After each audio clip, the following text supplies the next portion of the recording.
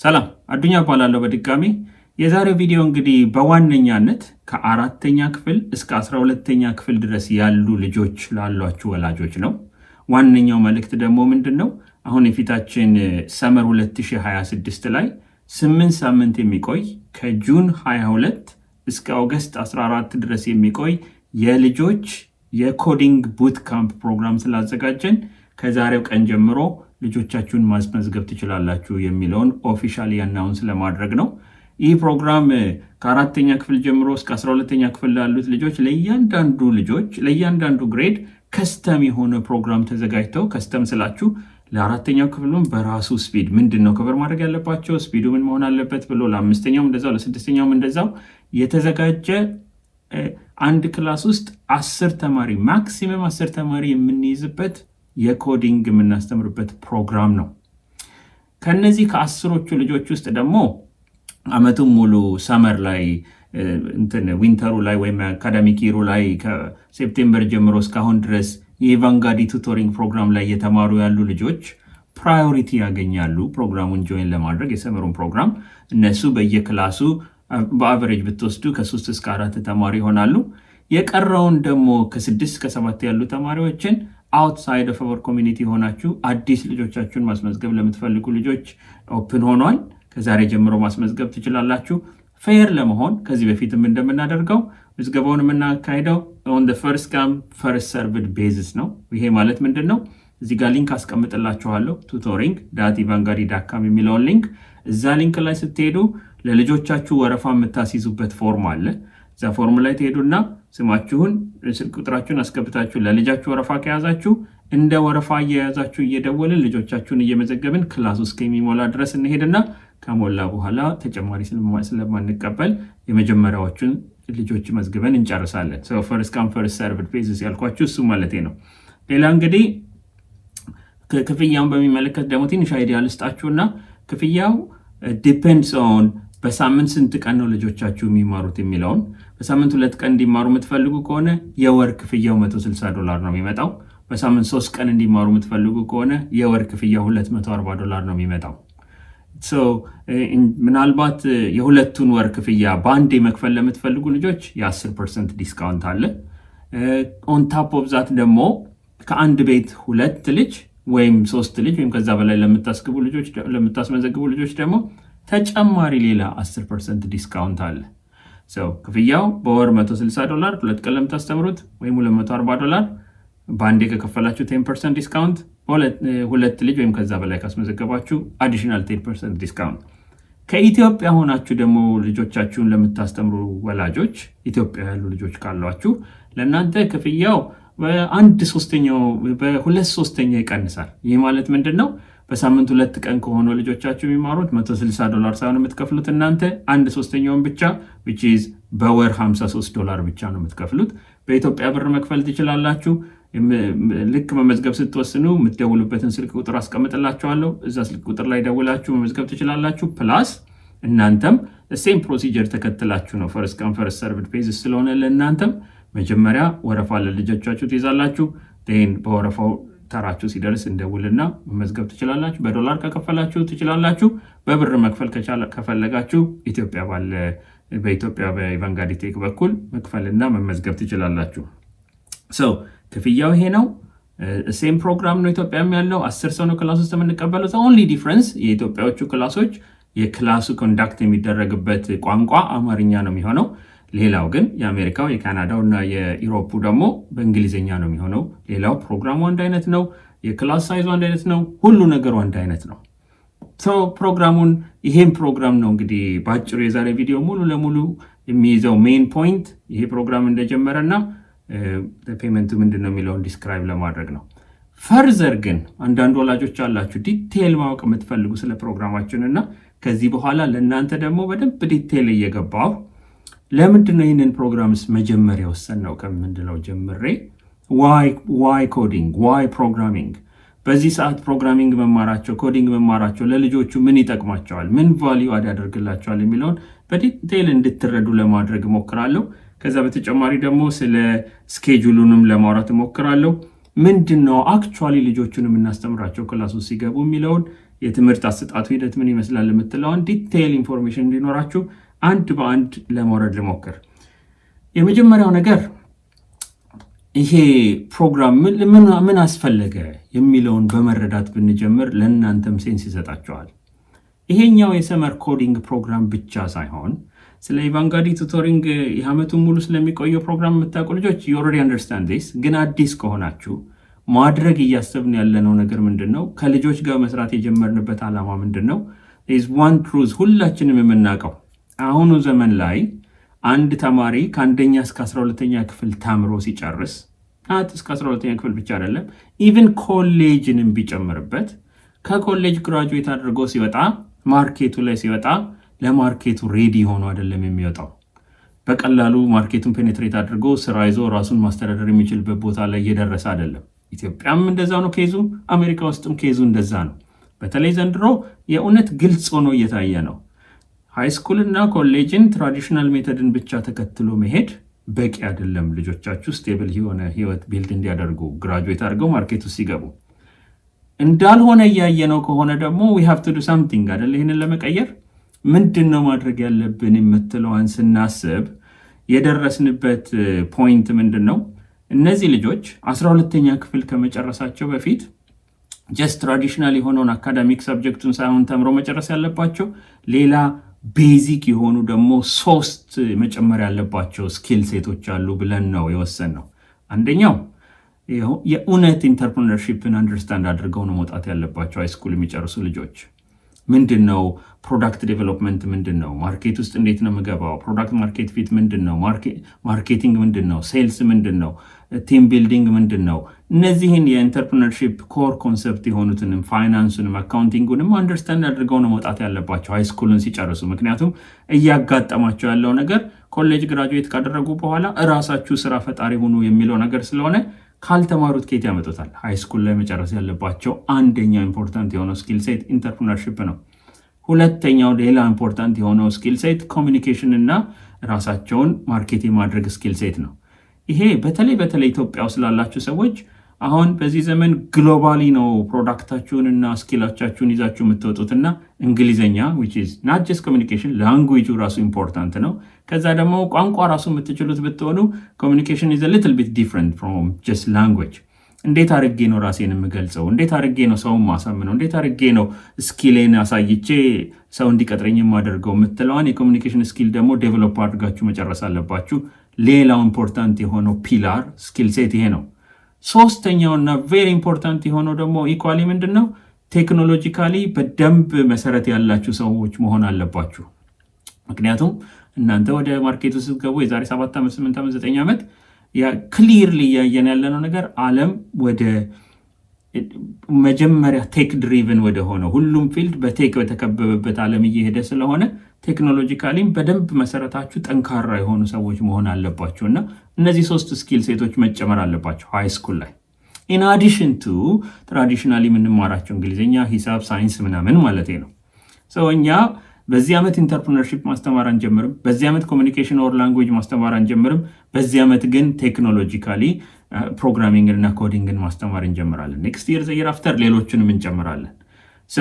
ሜን ሪዝኑ በዚህ ዓመት ሰመር ካምፑ ልጆች ኮዲንግን ገና ከኤርሊ ኤጅ ተምረው በደንብ ቴክኖሎጂካሊ ሬዲ የሆነ ሰው መሆን አለባቸው የሚለውን እንድንጨምር ያደረገን ዋነኛው ሪዝን ይሄ ነው።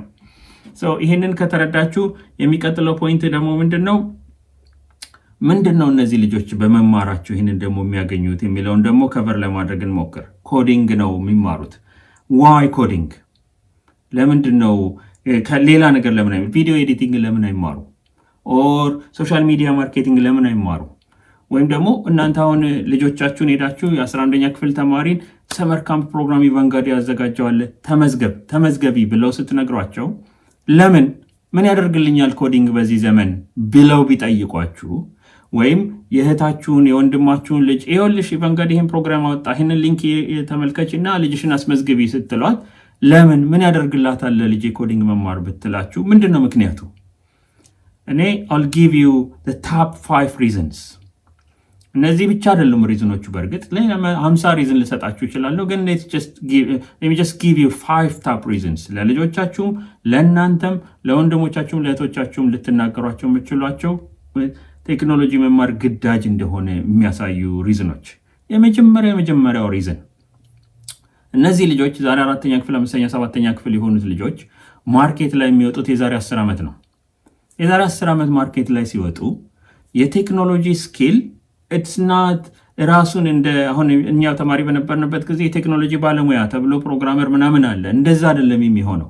እያንዳንዱ ፊልድ ዶክተሩም ቢሆን አካውንታንቱም ቢሆን ባዮሎጂ ያጠናውም ቢሆን የራሱን ፊልድ በቴክኖሎጂ መደገፍ መቻል ይኖርበታል። የራሱ ፊልድ ጋር አብረው የሚሄዱ ነገሮችን ራሱ ለምሳሌ ድሮ ማትስ የምንማረው ወይም ደግሞ እንግሊዝኛ የምንማረው በእንግሊዝኛውን ከወደድ ነው የእንግሊዝኛ ጋር ወይም ከኮሚኒኬሽን ጋር የተያያዙ ስራዎችን እንደ ጆርናሊዝም ምናምን እንድንሰራ፣ ካልወደድ ነው ደግሞ ኢንጂነሪንግም ካጠናን የእውነት ከኢንጂነሮች ጋር በስነስርዓት በእንግሊዝኛ ኮሚኒኬት አድርገን መስራት እንድንችል እንዲጠቅመን ነው እንግሊዝኛ የተማርነው። ቴክኖሎጂ ወይም ፕሮግራሚንግ ወይም አሁን ያለንበት ኤራ ላይ ደግሞ ቴክኖሎጂን አንደርስታንድ ማድረግ ልክ እንደ እንግሊዝኛ ግዳጅ እየሆነ ያለ ነገር፣ ቤዚክ ስኪል እየሆነ ያለ ነገር ስለሆነ ልጃችሁ ዶክተሬት አጥንተው አይ ቴክኖሎጂማ አልችልም ማለት ልጃችሁ ዶክተሬት አጥንተው አይ እንግሊዝኛማ አልችልም እንደማለት ነው። ኢን 10 years ግዳጅ ነው። ወደፊት ማርኬቱ ሲገቡ የእውነት ራሳቸውን ሰፖርት ማድረግ መቻል አለባቸው። ቴክ ዋይዝ ሊአንደርስታንድ ሊያደርጉት ይገባል። ሁለተኛው ሪዝን ከዚሁ ጋር ተያይዘው የሚሄደው እያያችሁት ነው። ኤቭሪቲንግ ከኤአይ ጋር እየተያያዘ ኤአይ ውስጡ እየገባ ኤአይ ድሪቭን እየሆነ እያየነው ነው። ሙሉ ለሙሉ ኤአይ ቴክ ኦቨር ባያደርግም የኤአይ ኮምፖነንት ግን በየቦታው መሰግሰጉ አይቀርም። ለምሳሌ የኛ የአካዳሚክ ፕሮግራማችን ላይ ወይም ቱቶሪንግ ፕሮግራማችን ላይ ኦልሬዲ አፕሊኬሽናችን ውስጥ የኢንተግሬትድ የሆነ የኤአይ ጀመናይ ኢንተግሬትድ ሆኖ ኩዊዝ ማውጣቱን፣ ግሬድ ማድረጉን፣ ቱቶሮቻችንን ጋይድ ማድረጉን እየሰራ ያለው እሱ ፓርት ነው። ቱቶሮቻችንን ዊ ኤክስፔክት ከዛ ኤአይ ጋር አብረው መስራት እንዲችሉ ወይም ደግሞ የተላመዱ ሰዎች እንዲሆኑ አስተማሪ ናቸው፣ ግን ኦልሬዲ ኤክስፔክት እናደርግባቸዋለን። ኢን 5 years ኢን 10 years ደግሞ ይሄ ነገር ወደየት እንደሚሄድ አናቅም። ኖ ዋን ኖውስ አት ዲስ ሞመንት። አይ ዶንት ኖው፣ ኖ ዋን ኖውስ። ዜርስ ዋን ቲንግ አይ ኖው ዞ የዛሬ 10 ዓመት በእርግጠኛነት አሁን ከምናውቀው ዓለም የተለየ ዓለም ነው የሚመጣው፣ ልጆቻችን የሚገቡበት ዓለም ማለት ነው። ያኔ የኮምፒቲቲቭ አድቫንቴጅ ያለው ልጅ ማለት ምንድን ነው? ኦልሬዲ መሰረቱን ቢልድ አድርጎ አዳፕት ለማድረግ ወደ የትም ዳይሬክሽን ይሄድ ቅንጥስ ብሎ አዳፕት ለማድረግ ሬዲ ሆኖ የሚጠብቀው ነው።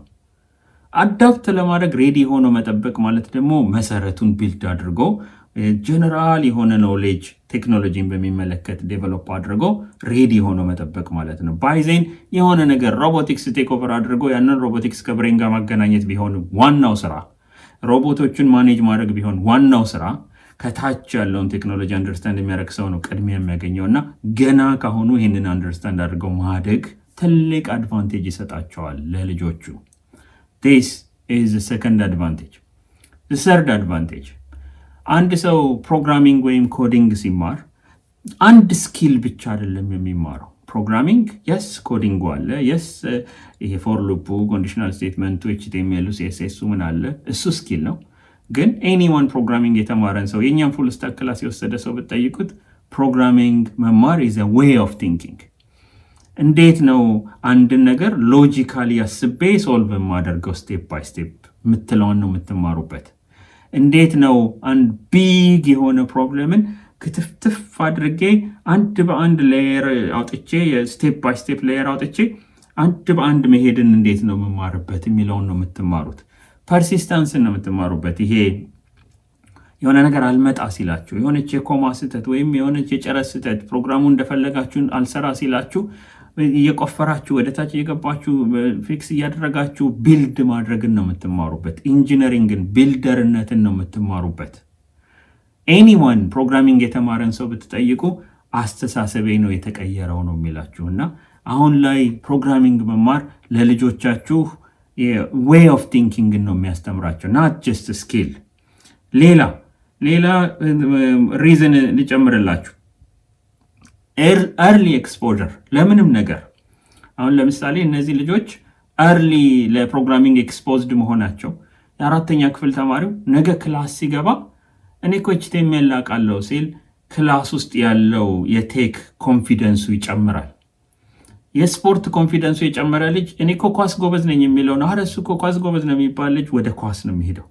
እኔ እኮ ቴክ ጎበዝ ነኝ የሚል ልጅ ጓደኞቹ ጠቅላላ እሱ እኮ ቴክኖሎጂካሊ ከኛ ቤተር ነው የሚለውን ነገር ሲነግሩት ሲደግሙለት ያ ወደዛው ዳይሬክሽን ነው የሚሄደው። ገና ከኤርሊ ስቴጅ ኮንፊደንሳቸውን ማዳበር ልጆቹ በኋላ ላይ ሃይስኩል ሲገቡ 11ኛ ክፍል ሲሆኑ 12ኛ ክፍል ሲደርሱ ኢቨን ኮሌጅ ሲገቡ ዋን ኦፍ ቴክኖሎጂ ሊደርስ እንዲሆኑ ያደርጋቸዋል። ወደ ቴክኖሎጂ ፊልድ ሄዱም አልሄዱም የቴክኖሎጂ ሊደር መሆን አድቫንቴጅ አለው። ይሄም ሌላኛው ራሱን የቻለ ብቻውን ራሱ በቂ ሪዝን ሊሆን የሚችል ነው። ሌላው እንደ ቀላል ማላየው ነገር ደግሞ ምንድን ነው? አሁን ላይ ያሉት ልጆች የስ ከኛ ጀኔሬሽን ከኔ ጀኔሬሽን በተሻለ ዲጂታሊ ነው ኖሯቸውን እየኖሩ ያሉት። the problem is most of them, almost all of them are just consumers. የዲጂታል ዓለም ኮንሱመርስ ናቸው። ቲክታክ ላይ ኮንተንት ኮንሱም ማድረግ ነው ስራቸው። ሮብሎክስ ላይ ጌም በመጫወት ኮንሱም ማድረግ ነው ስራቸው። ዩቲዩብ ሾርት ላይ ቪዲዮ ማየት ነው ስራቸው። ኮንሱመሮቹ ናቸው። ክሪኤተሮቹ፣ ፕሮዲውሰሮቹ፣ ቢልደሮቹ እነሱ አይደሉም። እንደዚህ አይነት የሰመር ካምፕ ላይ ሲገቡ ሮብሎክስ ላይ ቁጭ ብለው ጌም ከመጫወት ሮብሎክስን ቢልድ ማድረግ ነው የሚማሩት። ዩቲዩብ ሾርትን ቁጭ ብለው ቪዲዮን ከማየት ዩቲዩብ ፕላትፎርሙን ቢልድ ማድረግ ነው የሚማሩት። አድቫንስድ የሆነ ኖሌጅ እያደገላቸው ሲሄዱ ደግሞ ኢንተረስታቸው ራሱ ከኮንሱመርነት እየወጣ ወደ ቢልደርነት ወደ ክሪኤተርነት ስለሚሄድ ገና ፍሮም ዘ ኤርሊ ስቴጅ ከኮንሱመር ማይንድ ሴት አውጥተን ወደ ቢልደር ወደ ክሪኤተር ማይንድ ሴት እንድናስገባቸው ራሱ ትልቅ ፑሽ ነው ይሄ። እነዚህ 5 ሪዝኖች ናቸው የነገርኳችሁ። አይካንጎን 7-8 እያልኩኝ እስከ 50 መሄድ ይችላለሁ። ግን ይሄ ራሱ በራሱ ከበቂ በላይ ነው። የእውነት ልብ ሰጥቶ ለሰማ ሰው እነዚህ ከበቂ በላይ ሪዝኖች ናቸው። እኔ ከዚህ በፊትም ስል ሰምታችሁን ሊሆን ይችላላችሁ፣ ወይም ፉል ስታክ ላይ ክላስ ሰው ሲመዘገብ ስናወራ ሰምታችሁ ሊሆን ይችላል። the best thing you can do ለልጆቻችሁ እናት እነሱን ማስተማር ብቻ አይደለም፣ እናንተ ራሳችሁ ቴክኖሎጂካሊ በደንብ የተማራችሁ ብትሆኑ ወላጆቹ ማለት ነው፣ እነሱ ከእናንተ ስር ይከተላሉ። ሂሳብ ጎበዝ የሆነ ወላጅ ያለው ልጅ ሂሳብ ጎበዝ ነው። እንግሊዝኛ ጎበዝ የሆነ ወላጅ ያለው ልጅ እንግሊዝኛ ጎበዝ ነው። ፕሮግራሚንግ ጎበዝ የሆነ ወላጅ ብትሆኑ ልጆቻችሁን ጎበዝ ይሆናሉ። ምክንያቱም ስር በስር ስለምታግዟቸው። ምናልባት በስራ ምክንያት በተለያየ ምክንያት እናንተ እንኳን መማር ባትችሉ the best thing you can do as early as possible ልጆቹ ወደ ቴክ ሴክተር እንዲገቡ ኮዲንግ በመማር እንዲጀምሩ አድርጓቸው። that's the best thing you can do። የኢቫንጋዲ ክላስ ቶሎ ሊሞላባችሁ ይችላል። የኢቫንጋዲ ክላስ እንኳን ቢሞላ ሌላዎች ብዙ አሉ ኮዲንግ የሚያስተምሩ ልጆቻችሁን የሆነ ቦታ አስገብቷቸውና ኮዲንግ ይማሩ ሲሰመር the best thing you can do ነው ለልጆቻችሁ at this moment። ሌላው ኮዲንግ ስላችሁ ምናልባት አንዳንዶቻችሁ አምሮ ውስጥ የሚመጣ ነገር አለ። በተለይ አሁን የሆነች ኮንፊውዚንግ የሆነች ኢንፎርሜሽን አለች ኢንተርኔት ላይ ያለች። ኤአይ የመጣ ነው፣ ኤአይ ኮድ ማድረጉን ስለሚችል የዛሬ 3 ዓመት እኮ ኮዲንግ ላያስፈልግ ይችላል። አንድ ቤዚክ የሆነ ነገር ልንገራችሁ። እነዚህ ልጆች ዛሬ ኮዲንግ እየተማሩ ከሆነ፣ ዛሬ ፕሮግራሚንግ እየተማሩ ከሆነ፣ ዛሬ አፕሊኬሽን ዴቨሎፕመንት እየተማሩ ከሆነ እኛ እንደሚቀጥለው 10-15 ዓመት ቫልዩ የሚያገኙበት ትምህርት ነው ብለን የወሰንበትን ምክንያት ልንገራችሁ። in the next 10 years በእርግጠኛነት የማይቀየር አንድ ነገር አለ። ያ ነገር ምንድን ነው? ይሄ ዲጂታል ዓለም የተገነባበት ኢንፍራስትራክቸሩ which is እነዚህ ፋይበር ኦፕቲክስ ኬብሎቹ ወይም ደግሞ ባህር አቋርጠው የሚሄዱት የዲጂታል ቲሲፒ አይፒ ኔትወርኩን ወይም ኤችቲቲፒ ፕሮቶኮልን የሚከተለው ኔትወርክ፣ ይሄ ቴሌ ኢትዮጵያ ውስጥ የዘረጋው እዚህ ሀገር ቨራይዘን፣ ኤቲኤንቲ፣ ቲ-ሞቢል የዘረጉት ትራንስሚሽን የሚተሩ ሪሲቨሩ 5G 4G አይቀየርም። የዛሬ 10 ዓመት ትሪሊየንስ ወጥቶበት የተገነባ ኔትወርክ ነው። ይሄ ኔትወርክ ደግሞ የሚከተለው የራሱ ፕሮቶኮል አለ። TCP/IP HTTP አንዱ ነው። ይሄንን ደግሞ የሚከተል ዲጂታል ዓለም ነው ቢልድ ያደረግነው። ይሄ ዲጂታል ዓለም የሚከተለው አርኪቴክቸር አለ። ይሄ አርኪቴክቸር ፍሮንት ኢንድ አለው፣ ባክ ኢንድ አለው፣ ዳታቤዝ አለው፣ ዌብ ሰርቨር አለው፣ ሰርቨር አለው። ይሄ አርኪቴክቸር የዛሬ 10 ዓመትም የዛሬ 20 ዓመትም አይቀየርም። ፍሮንት ኢንዱ ከላፕታፕ ወደ ስልክ ሊሄድ ይችላል። ከስልክ ወደ ሮቦት ሊሄድ ይችላል። የሮቦት ፊት ሊሆን ይችላል ፕሮግራም የምታደርጉበት፣ ወይም ከዛ ወደ መነጽር ሊሄድ ይችላል። ፍሮንት ኢንዱ፣ ባክ ኢንዱ፣ ሎጂኩ፣ ዌብ ሰርቨሩ፣ HTTP ፕሮቶኮሉ፣ TCP/IP ፕሮቶኮሉ ዘኢንታየር አርኪቴክቸር አይቀየርም። ለዛ ነው እኛ እነዚህን ልጆች ከልጅነታቸው ምን እናስተምር ብለን ስንወስን ዛሬ ላይ የወሰንነው ነገር ምንድን ነው? ሃይ ስኩል ከኤርሊ ኤጅ ከ4 ከ5ኛ ክፍል ከኛ ጋር የጀመሩ ልጆች በእኛ ፕሮሰስ ውስጥ ሃይ ስኩልን ሲጨርሱ አንድ የኮምፒውተር ሳይንስ ግራጁዌት የሚያውቀውን የአፕሊኬሽን ዴቨሎፕመንት ስኪል፣ የሚያውቀውን የፕሮግራሚንግ ስኪል፣ የሚያውቀውን የኔትወርኪንግ ስኪል፣ የሚያውቀውን የዌብ ሰርቨር ስኪል፣ ሁሉንም ስኪሎች አውቀው ሃይ ስኩል ላይ እንዲጨርሱ ማድረግ ነው ዓላማው። ከዛ በኋላ ከፈለጉ አድቫንስድ የሆኑ ነገሮችን ይማሩበት። ወደ ማሽን ለርኒንግ ሊሄዱ ይችላሉ፣ ወደ ቴክኖሎጂ ከመሰጣቸው፣ ወደ ሮቦቲክስ ሊሄዱ ይችላሉ፣ ቴክኖሎጂ ከመሰጣቸው። እኔ መሆን የፈለግኩት ዶክተር ነው ካሉ እነዚህን መሰረት ያለው የቴክኖሎጂ መሰረት ያለው ዶክተር ይሆናሉ ማለት ነው። እና ዓላማው ባይ ዘ ታይም ዜ ጌት 12ኛ ክፍል ይሄ የመሰረታዊ የኮምፒውተር ሳይንስ ግራጁዌት ያለውን ኖሌጅ ይዘው እንዲጨርሱ ለማድረግ ነው። ይሄ ኖሌጅ የዛሬ 10 ዓመት የሚፈልግ በእርግጠኛነት ነው ነግራችሁ። የዛሬ 30 ዓመት የነበረው አርኪቴክቸር አሁንም ያለው እሱ ነው። የሚቀጥለው 20-30 ዓመት የሚቀጥለው አርኪቴክቸር ይሄ ነው። ይህንን በሚመለከት ፕሮግራሚንግን ተምረው አፕሊኬሽን ዴቨሎፕመንትን ተምረው ፉል ስታክን አውቀው ልጆቹ ቢሄዱ የዛሬ 10 ዓመት የሚጠቀሙበት ኖሌጅ ነው። ዛትስ ዋይ ለልጆቹም ለአዋቂዎቹም ግድ የለም የፉል ስታክ አርኪቴክቸርን ተማሩ እያልን ያለ ነው።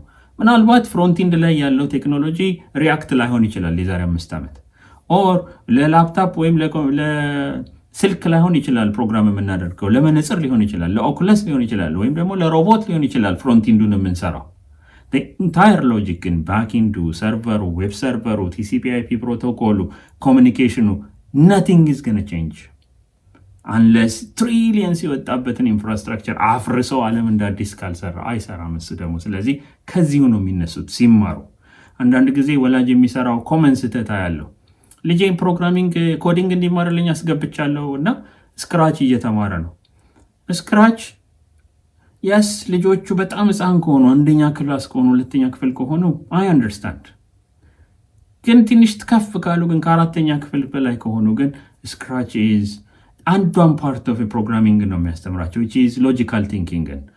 ከዛ ውጪ ያለውን አክቹዋሊ ይሄ ሌየሩን አርኪቴክቸሩን እያስያዛቸው ስለማሄድ 4ኛ ክፍል የደረሱት ከስሎሊ HTMLን ከቨር በማድረግ CSSን ከቨር በማድረግ ባክኢንድን ፕሮግራሚንግን ከቨር በማድረግ ባክኢንድን በመማር ዳታቤዝን በመማር ከኤአይ ጋር ኢንተግሬት ማድረግን በመማር ነው መጋፈጥ ያለባቸውና ባይ ዘ ታይም 12ኛ ክፍል ሲደርሱ በደንብ አንድ የኮምፒውተር ሳይንስ ግራጁዌት ያለውን እውቀት ይዘው ቢጨርሱ ኦን ታፕ ኦፍ ዛት ኢንተርፕረነርሺፕ ቢጨምሩበት ኦን ታፕ ኦፍ ዛት ጥሩ ኮሚኒኬሽን ካላቸው ኮምፒቲቲቭ የመሆናቸው እድል ስለሚሰፋ የምናስተምርበት ሪዝን ይሄን ነው።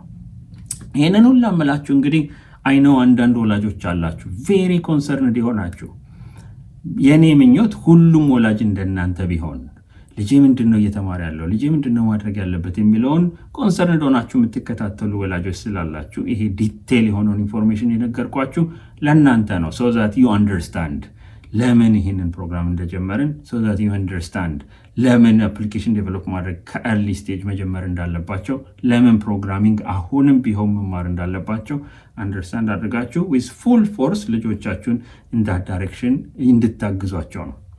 ሌላ ምናልባት እንግዲህ ከዚህ በተጨማሪ የቀሩ ፖይንቶች ካሉ ምናልባት ስኬጁሉን በሚመለከት ስኬጁሉ እንግዲህ አሁን ዲፔንዲንግ ኦን ልጆቹ ስንተኛ ክፍል ነው፣ የ4ኛ ክፍሉ ከ5ኛ ክፍል ከ6ኛ ክፍል ስኬጁል ይለያያል። በሳምንት 2 ቀን በሳምንት 3 ቀን ሲሆን ፕሮግራማችሁ ይለያያል። ጀነራል የሆነ አይዲያ ልስጣችሁና ክላሶቹ የሰመር ቡት ካምፖቹ ከሰኞ እስከ ቅዳሜ ባለው ጊዜ ነው የተደረደሩት።